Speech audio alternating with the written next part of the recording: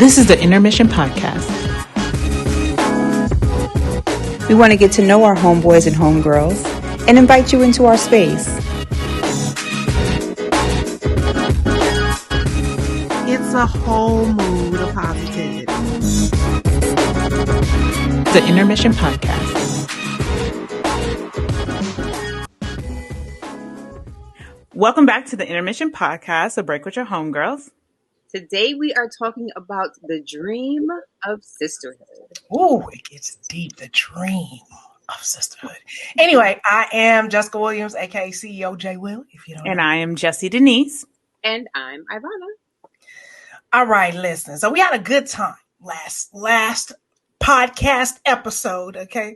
So the theme this month is dreams, and we were talking about our personal dreams and dream mentorship, and if people have ever tried to deter us or stop us from our dreams. So it's real inspirational, like, even though my internet was acting crazy, but it was inspirational.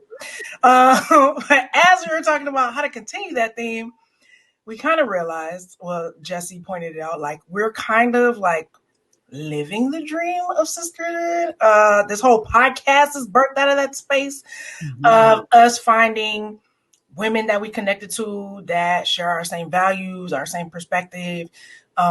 We don't do catty stuff in situations. Like, we really have like a real strong sisterhood, right? And so we just want to start talking about that. We want to uncover some things, give y'all some backstory about us, give you our journeys, and, give y'all some nuggets and tidbits to improve your sisterhood, and hopefully for our homegirls and then for our homeboys, I think some of the same things will apply. So, let that be that. All right. So let's get into it. All right. So I'm going to ask the first question. Why is sisterhood important? Why is it important? Just, you got one off top? Yeah. I realized it wasn't until as most of the listeners know that we are friends, we all took a discipleship together. Mm-hmm. It was almost like crossing, okay, pledging,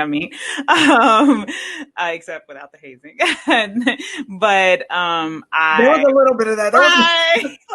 There was a little bit of Christian hazing. Listen, people were treating it like a sorority, even though we was like, I don't do that, but it was. Do that. We're not doing that right now. Not today. DM us if you want more information about that, or email us if you want to hear some stories. But go ahead. But it was awesome overall. At the end of it all, it was awesome. But that's how I've come to know you guys in great depth, right? And closer. During that time, it was almost towards the end, because it took us 14 months to get through that whole process. Somewhere around 12 months is where it clicked for me. And it was because I was going through something pretty hard, and I got to see all these women rally around me, right? And it was, every single woman in there was just phenomenal, right? And we were just all really close. And that's when I was like, oh, the value of sisterhood. It is different, because I've always been someone who had a bunch of guy friends, but I realized that having a bunch of homeboys, I'd never had to really deal with emotional stuff. I didn't have to process that stuff. And meeting you guys, or also being inside that discipleship, absolutely helped me work through some things. But then when that 12-month mark hit, I was like, yo, okay, I get it now. And I'm a better person because of having gal pals and homegirls instead of just being a guy gal. Yeah. Mm-hmm. And speaking of someone who's a gal, I just have a lot of friends, period. But I've always been someone who had girlfriends. Like, I never, on my side of the friendship, I will say, I never had the cattiness or the jealousy or the things like that, where people are like, you can't have girlfriends. I'm like, I love my girlfriends. Like, I'd rather die for my girls. Like, that's not my story at all. But as I got older, I realized that not all of my friendships were reciprocal. Like, a lot of times I was the person being the friend, but then I couldn't always depend on the other side, to be that friend. And then on the other hand, I have a friend from 6th grade. I talk to her almost every day. You know, like, I'm sorry, y'all. My cat is in the background. No, it's fine. Hi, Topaz. You know, he's always going to make an appearance in the episode.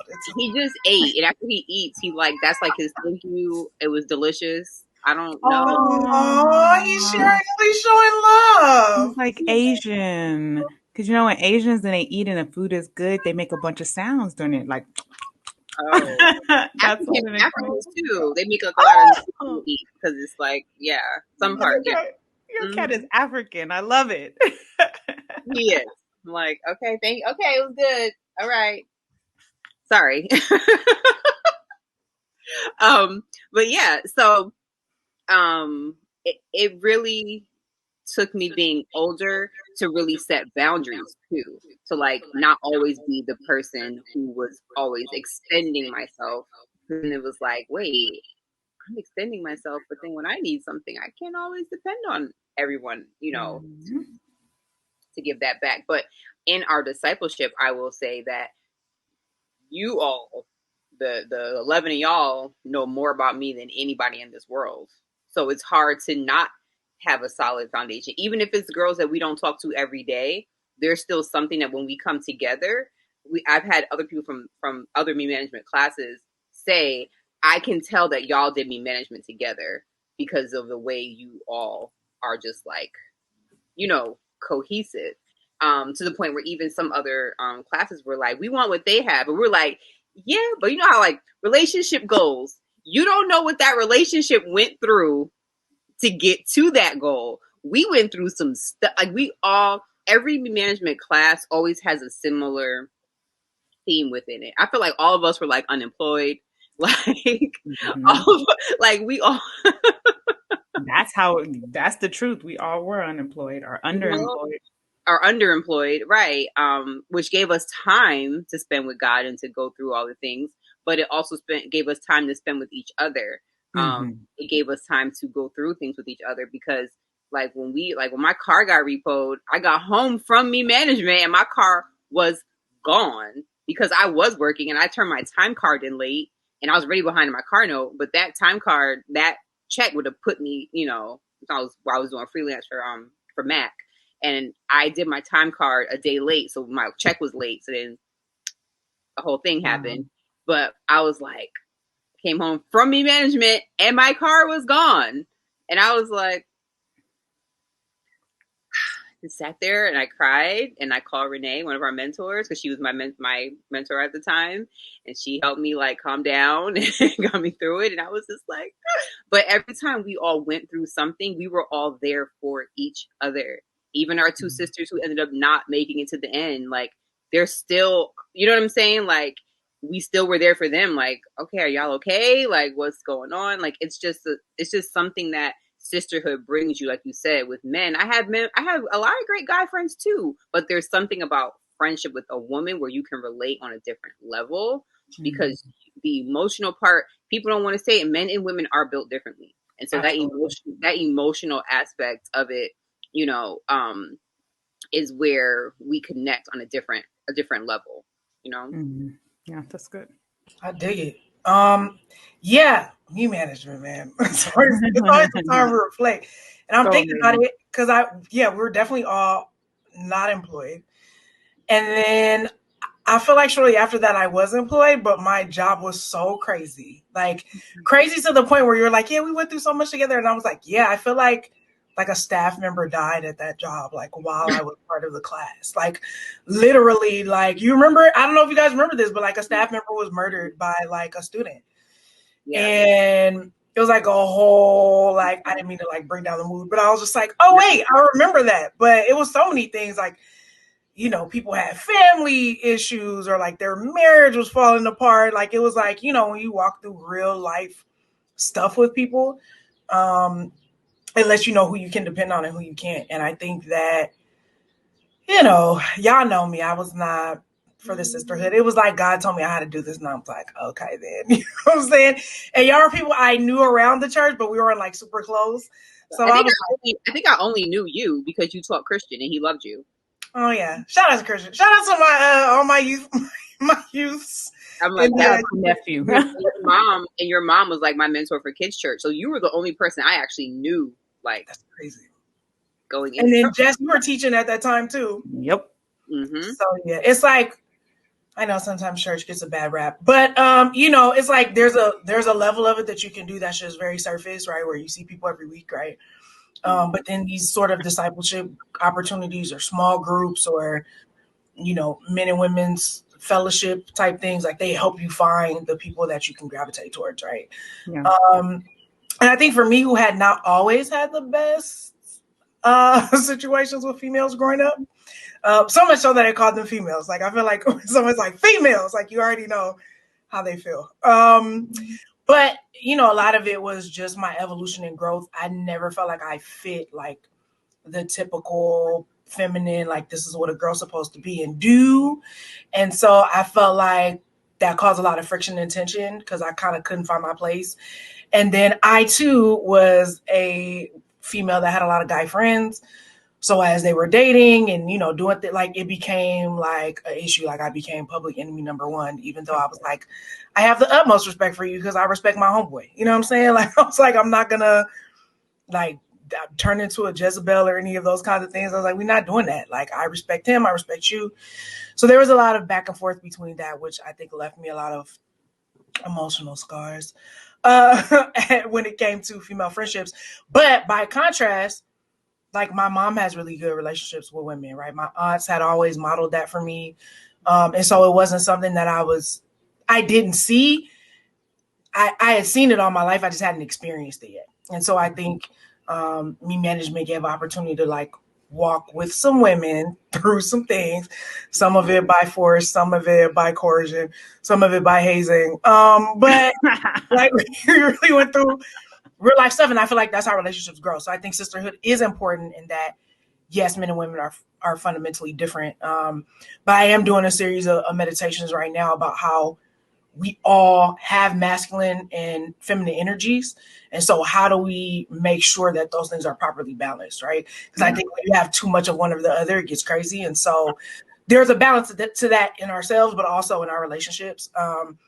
But yeah, it's something different about that female space and energy. And I thought it was like bull crap for a long time. I was like, whatever, like this is not a real thing until I experienced it. And I was like, oh no, this is a thing. Mm-hmm. Mm-hmm. It's a thing. And to the point of like y'all were saying about emotions, right? Like as much as we love dudes, that's why we did Men Are Trash, the series. Go back and listen to it, where we unpacked sort of the lack of emotional language, bandwidth that men have, which we all discuss as like societal and all that, right? So like even if you have male friends, they can only take you to only but so far. It's not that far either. I love y'all, but it's not that far in comparison to what we actually need to process this. And it's like, it's not that we're like blaming y'all. Like we said, we had a whole, go back and listen to that whole block of episodes, but there's a lot of reasons for that. But yeah, it's like we are naturally more emotional. And men need to tap into that space and that energy too. Because I think that's where a lot of relationship problems come in, because you're trying to relate to a creature that is so emotional and you're not, but they want that. And then it becomes a thing. Right. And then you want to have balance, right? I believe that guys should have their homeboys and girls should have their homegirls. And then you find it. You're not looking for it in one particular person. Right. Mm-hmm. So yeah, I think sisterhood is mad important. Because sometimes, even though you would want, your homeboys or your significant other or whatever to understand, it's just always going to be a wall there, unfortunately. Like women are so emotionally intuitive, like you don't even have to say anything. You could walk into a room and they'd be like, girl, what's wrong? You'd be like, nothing. They'd be like, lies from the pit. Like you'd be like, okay, well, I was feeling. So, that's a gift. And it happens like Addison. So if you all watch the wives from the Men Are Trash series, Adrian, their youngest daughter, I was going through something and I walked into church and she looked at me and she was like, and she put her hand on me and I said, well, girl, like she knows like when something's going on with somebody. And I'm like, okay. That's what we're doing, Addie. Mm-hmm. Yeah, so it's birth in us, like it's in us. It's part of our DNA. It's part of our makeup. Yeah, it's the intuition. Emotionally, it's also about, things you can't hide. I know people be like, "Don't be going through my phone." People they just know. It's just intuitive. I ain't even gotta go through the phone. Right. You gonna know. You know already. It's like if you walk through the door, I can tell you had a bad day. Or even if you're as chipper as you want to be, we can still tell you're masking something. Like, we can't. People that typically go through the phone, they already know they're looking for a confirmation. That's it. Right. I mean, yesterday Jessie saw me. She was like, "You seem low energy," and I was like, "All I said was hey," and she was like, "Low energy." I was like, "Dang, I just walked in the door." Are you all right? Want to talk about it? You seem low energy today. And I was like, "I can't my wallet." It was my bad. I was like, I don't want to go to work. Oh man, yeah, and it's like a superpower. It's like a gift to be able to, to assess people, because a lot of sort of the survival mechanism, right, of life is like, how much can you hide? How much can you mask? How much can you soldier through that, right? Which I feel like, again, like going back to this meditation I'm doing, it's a masculine trait, right? Like just keep it pushing, move forward, and just conquer whatever is trying to conquer you, right? But you have to have a balance of like, maybe you do need quiet time and a safe space and like a place to really assess those things. And I think, unfortunately, I think some men are doing a better job now, right? Because that's usually like a feminine thing to do, but it's also like a human thing to do. It's like just kind of sit down and assess your feelings. And so, yeah, women just have an innate ability to do that. And I think we have an innate ability to create safe spaces for each other.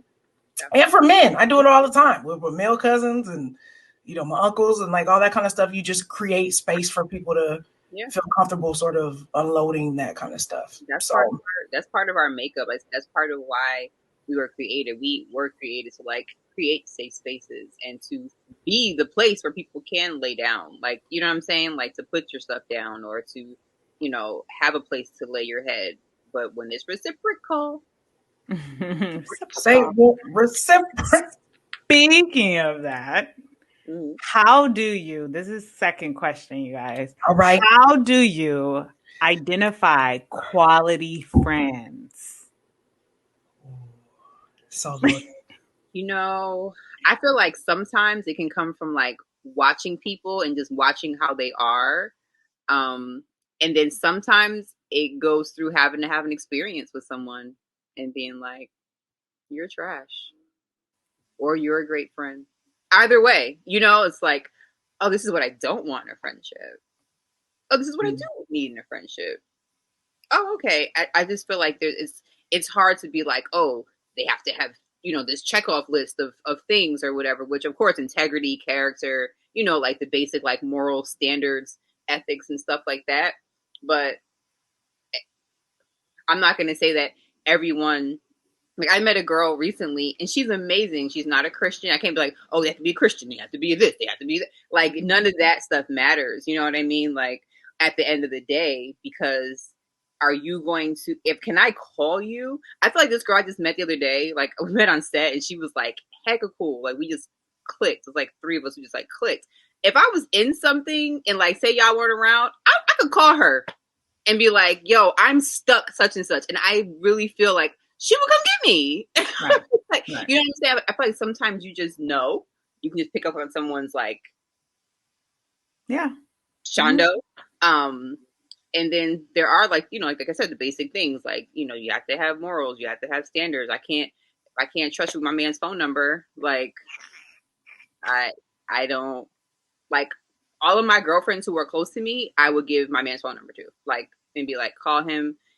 I need y'all to help me do something or whatever it is. Here, can you just call him and figure that out? Like, if I can't do that with you, then I can't consider you a friend. If I can't trust, of course, my child, I mean, he's grown now, but when he was younger, if I can't trust my child with you, you might be an acquaintance, but you're not a homegirl. Like, you're not a sister, Mm-hmm. So yeah, I think sometimes it just comes through having experiences with people to know what you need and what you don't. Mm-hmm. I do that. Dang, I see.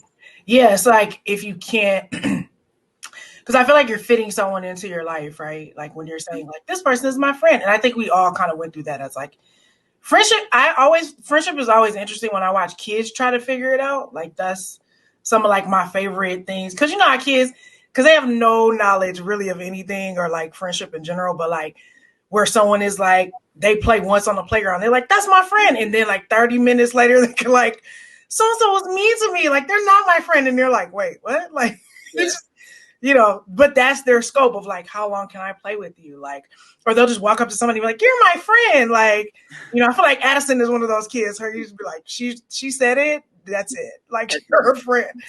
But the older you get and the more you sort of like do life, right? It's like, I feel like you can only be a friend as much as you're friendly, right? That's a Bible verse, right?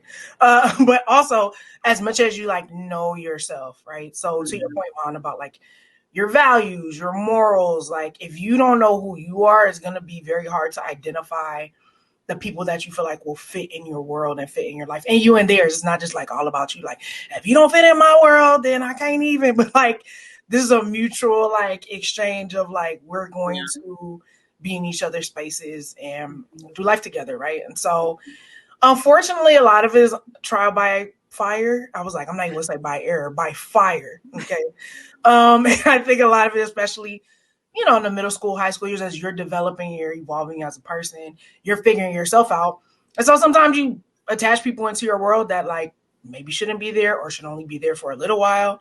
And so I think to identify a high quality of friend, I feel like you have to be high quality yourself, or at least working towards that. You have to arrive, but you should be able to assess the things that are important to you, the things that you value. And sometimes it does need to be trial by fire. Like you might be in a particular phase of your life about something, and then you meet with people based on those things, and then after a while you be like, I don't even do that no more, or like that wasn't even me.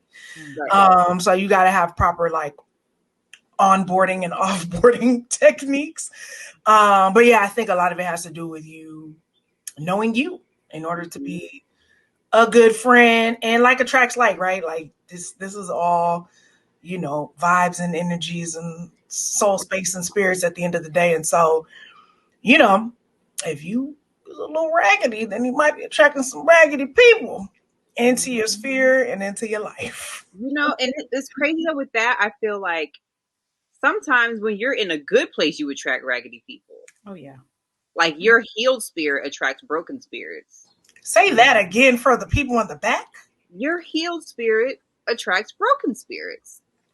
And you're like, wait, I know I've been through this to help other people, but Jesus, help me, Lord. Hello. Why do I keep attracting people? Like, oh, you attract what you give off. No. Sometimes I'm attracting some stuff, and I'll be like, I gotta help people get through some stuff sometimes. Yeah. Oh, Jesus, help me, Lord. Go ahead. No, I just really in my mind, I said I mentioned men are trash, and I said Adrian's kid, like Addison, not Roger's kid too. Sorry, y'all. I love you, Roger. Roger has also been on the podcast. He did an episode. He was on too. I like just act like he wasn't. It's not her daddy. Sorry. Well, you mentioned wife, so they'll be like, "But who is that?" So Adrian and Roger are married, so we're clear, and they have one of their children is Addison. And yeah, to your point, which I feel like is interesting, right? Yes, we do. There is a level of like that sort of like attracts like thing, but there's also like when you tap into that healer space, you're right. Broken people want to come to that light, that energy, that space where they're like, you got to figure it out, or you know this, or you've been through this already. And I think a part of that is boundary setting in terms of being like, I may or may not be the person to walk you through this, because a lot of it is that person's willingness. So like, we're all like, oh, this person looks like they've arrived. They look like they've, you know, done this thing or overcome this thing, or like, I admire this person for this. But like, just because you see something good don't mean you want to do the work to be something good, right? No. And so, yeah, I feel like, you know, real recognize real. I'm like, whether you're in a space where you're good and you're trying to attract more good things, or in a heal space, Or in that same space, broken people are like, I know what that is and I want some of it. But you got to be able to like assess whether that's somebody you should be helping to do that, or you could try with them a little bit. And then if it don't work out, then free, set them free. As my mother would say. Yeah. But yeah, it's an interesting space. Mm-hmm. Just what you got on it? Nothing. Y'all covered it all. Like, I was just like, yep. Core values is what matters. And there's times where all you want to do is turn up, but you also got to realize that if that's what you want, you're not expecting to be able to call these people to bail you out or call them to help you unload some emotional baggage. Like, no, they're your turn up friends. And you should not be so upset for them being exactly who they are, you know? So it's like, all right, like I've walked through this before and have some friends who they go in and out and they get upset about their group of friends. But I'm like, you chose that group and that group turns up. Now you just need another group that you do business stuff with or you do investment stuff with. You need another group that you do emotional stuff until they all start to, or you find the perfect blend, you know? I was like, but you are lucky that you have friends in each category of your life. You know, you have friends that you can turn up with. You know, there's a lot of people you can't do that. People that don't have those turn up friends. I was like, that's good too. Like, and stop expecting your ratchet turn up friends to go deep on some spiritual stuff with you. That's not who they are. Call your deep spiritual friends, you know? Like, I'm like, it's not fair to expect them to be you. Right. Because you have all these things about you and you're like, I want someone just like me.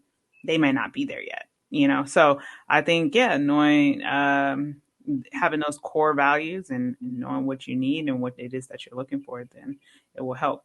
And I think really, really is just letting people be who they are. Right. Let them be who they are. If that ain't it for you, there's billions of people in the world. Go find another. You know what I mean? Like, it's okay. Right. It's okay. And definitely, I definitely feel the healing part, like you heal yourself or you get to a good place and then you'll attract good friends. And also understand that you might not be the better friend in the group. You know, Ivana was, but I definitely can tell you I was not, you know. As I walked through this thing we were talking about earlier, the discipleship, I got to see like, yo, I am not a good friend. And it was mainly because I was just like focused on myself and focused on my relationship with my boo and not necessarily my relationship with my friends. And when I realized that, like, I did circle back around like, hey, so I recognize something about myself and I just want to know, how can I be better to you?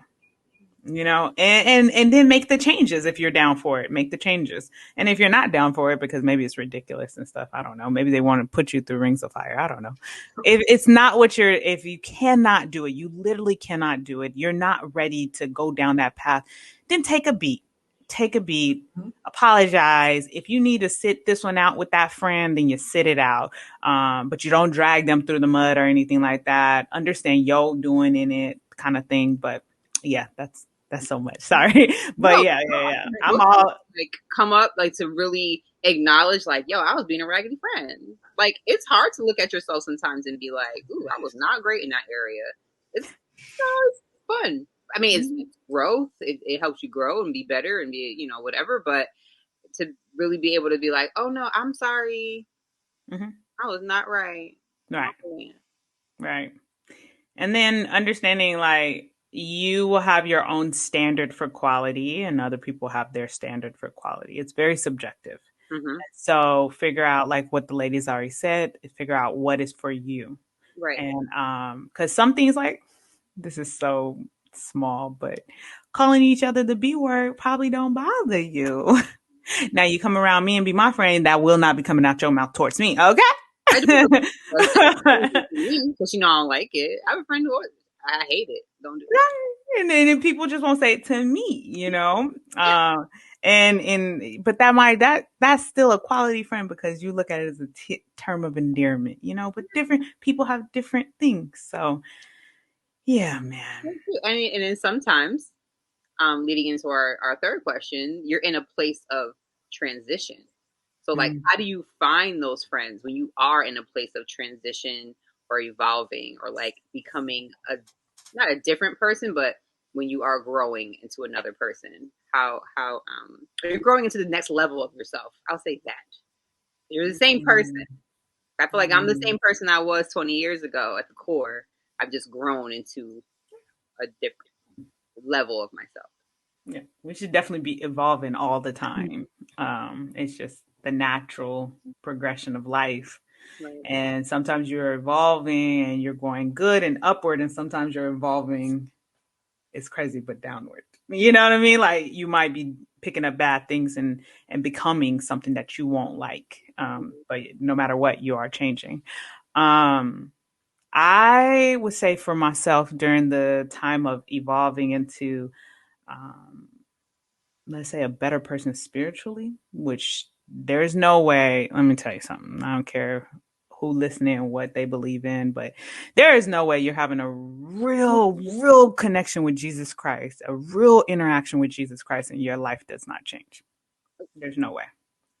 And so during my process, my time of getting close to the Lord, things were just falling off. That's how I say, like, things were just falling off. I was just like, I'm telling you, y'all, I was on cloud 9 every day. Everybody was like, is she in love? Yeah, man. So things were changing, but I also, like I spoke about earlier, like attracted like. And so during that time of transitioning and growing, I was attracting people. I was around people that were doing similar things. And then because we had that commonality, we would hang out more. Like it's funny that I'm like the queen of game night, even on virtually, because I used to do game night all the time at my place, you know. It was like every other week, if not every week, we did game night. And so a lot of people came in the house that maybe I wasn't the closest to, but we always had a really good time. So that's how I started to find friends in that time. And even when I transitioned to television, friends in that time, but it was so good because there were certain things that I had in me that could see another person and was like, oh, they can be my friend. That's where I met Jamaica. And then there's other people that I met and I was like, oh, they're good people, but the way they live their lives and some of the things they do, I'm not judging them, but I don't roll like that. But I could totally kick it with them one of these nights and stuff like that. But I'm not going to be like, you know, because it's a fast life in the TV world and I'm not living like that. And I don't want to get caught up in that, you know? Yep. So I think like in the transition, people show themselves and you just connect. Yeah. And I will say, you know, too, I think it was Maya Angelou quote, but like when people show you who they are the first time, believe them. Believe them. Because I think, you know, there is a level of spurn and burn that comes with where like you see things about people, but you're like, I didn't really see that, or like they're not really like that, like that was just that day. And it's like time will prove that like you saw what you saw. Like that was a real thing. And so leaving, you know, places and spaces for that. I think finding friends in evolution, which you, again, I agree, you should be doing all the time. Is interesting because I think when you make friends in a time where you're transitioning, with that, most of the time is the unspoken expectation of like, this is going to be temporary, right? Because in transition, you're going from one place to another place. And so if you meet somebody in the in between time and it's not where you were and it's not where you are or where you're going, they're going to probably naturally fall off unless it's like one of those things where you're like, oh, this person really shares so much of who I am that we're going to be, you know, in each other's lives for a long time. And so I think, you know, it's just making sure that that's clear for people. It's like, you know, maybe when you were in the turn up phase of your life, like those are your friends and they should have been your friends, right?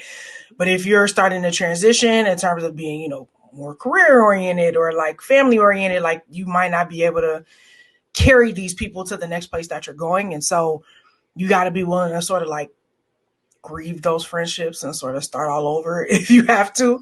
And hopefully you like with no bad blood or no animosity, but as a person who has sort of let people naturally drift a few times, either it was just because it was like, we don't vibe, like the value systems is off, or just natural things, like especially like when my friends started getting married and like having kids, like there are people I used to talk to every day almost that now I'm like, I'll talk to you a couple times a year. That's a natural evolution of you deciding to be a husband or a father, you know, or a wife or a mother. Like you shouldn't have the expectation like, well, then we're going to talk like we used to talk. Like, nah, fam, they're not. They've transitioned to another space. Right. And so I think the way that you sort of take all that in, again, has to do with you sort of processing and being able to assess where you are as you go through those things. But it's important, but it also sucks. And then the cool part is like, whenever you get where you're going, there'll be people there too that you will naturally find and gravitate towards. And maybe y'all have had similar stories or similar things, but you know, if you move from one job to another job, like you might not see those friends, but you got new friends at your job, right? So there's always space. There's a lot of people in the world. And you just kind of gotta, as we always say, shout out to Jadena, find your tribe. Okay. And I want to highlight a few things you guys said. So I think the main thing is it's important to have categories of your friends, right? Categories of your sisterhood. Yeah. Even that like your turn up people might not be your family people, might not be your spiritual people. You every now and then you might find somebody that like checks off all those boxes in those places. But if they don't, it's fine. You don't have to get rid of them. You just know where they go. This is the shelf that they belong on, and you leave them there. Yep. Establishing boundaries, and that's whether it's a good thing or a bad thing, whether you're in a healed space and people want to come to you, like you got to have proper boundary setting for folks so that you don't, you know, sort of fall off the deep end into something you don't want to be in. And continuing to know yourself, like continuing to grow in the knowledge of self so that, you know, you can assess who's a good person to have in your life versus who's not. When you start, I don't know if anybody's ever been in a place where like you just notice the relationship has changed with the girlfriend. Like you just like, something about this is off or different. I think, you know, we talked about this in earlier episodes, but like Molly and Issa are a great example of that, right? Of like, man, I mean, we'll see what happens in this last and final season. But yeah, it was like slowly but surely that relationship started changing. And then it got like real, like mean real fast where you were just like, ugh, y'all used to be friends. But don't just assume like just because you've had like a bomb sisterhood relationship for 20 years, maybe in the 21st year, something changes. Like that person changes, you change, your life circumstances change, but like don't be trying to be like, I've seen people force relationships way longer than they need to. That's not just about like you and your dude or your significant other. Like people force sisterhood. Listen, sisterhood relationships can be just as toxic as romantic relationships. They can be just as toxic. And you're like, and you can see it. You're like, yo, why is that person still friends with them? Like that person is not a good friend for them. And you can't say anything because then they're like, oh, you're just jealous. Or it's like, no, that person is not good for you. Just like I would tell my girlfriend, like, yo, that dude is not good for you.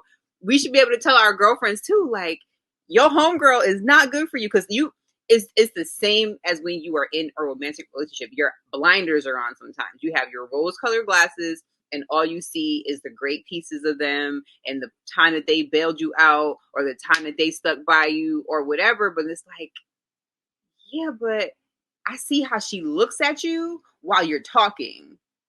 And it's a look of jealousy. It's a look of something that I just don't like. And I catch it and you don't see it because you ain't paying attention. You see all the good, you know. So having somebody that you trust to be like, watch out for that one right there. Mm-hmm. And then you're not indebted to that person. You know, like how you saying like they built me out, so they my friend. I had some homeboys where the other homeboy was nothing like the other one. One was just like disrespectful and everything to everyone around them. And then the other one was just a sweet, kind-hearted person. I'm like, how y'all friends? And And I just like, oh, you indebted with air quotes around it. Like, oh, like you gotta let this go, bro. You gotta forgive yourself or let yourself go or pay the debt if it's monetarily and go. Because you should not be living like this, bro. Yeah, that's deep. This wasn't a point of ours, but like friendship guilt, right? Like that's friendship guilt. That's what that is. It's like, and it happens a lot the more life experience you have with a person. And I feel like a lot of people do this if they've known somebody like since they were 5, right? Or like it's usually those relationships where like me and your mama, like your mama and my mama was cool. Like we knew each other for a long time, or like, for home, whatever the situation is, like, oh, you got me out of jail that one time, or we held each other down. I took care of your kids while you was away, or like it always becomes like a tit for tat transactional type thing where it's like if they were really your friend, like they were just your friend, like they did that because that's what friends do. Friends are there for you in pinches and binds and whatever. But if somebody is holding you hostage to something like that, like I would say that's probably not a friendship, but that you want to continue, right? And that's where you need to start assessing, setting boundaries, figuring out if you're going to cut the person off, but like naturally start to let that fade because friendship guilt is a thing, and that sucks. Like nobody should be doing, because we would say the same thing if you were in a relationship with somebody that was abusive, right? But it was like that's a form of like putting hands on you or like verbally mentally abusing you to be like, how you gonna leave me?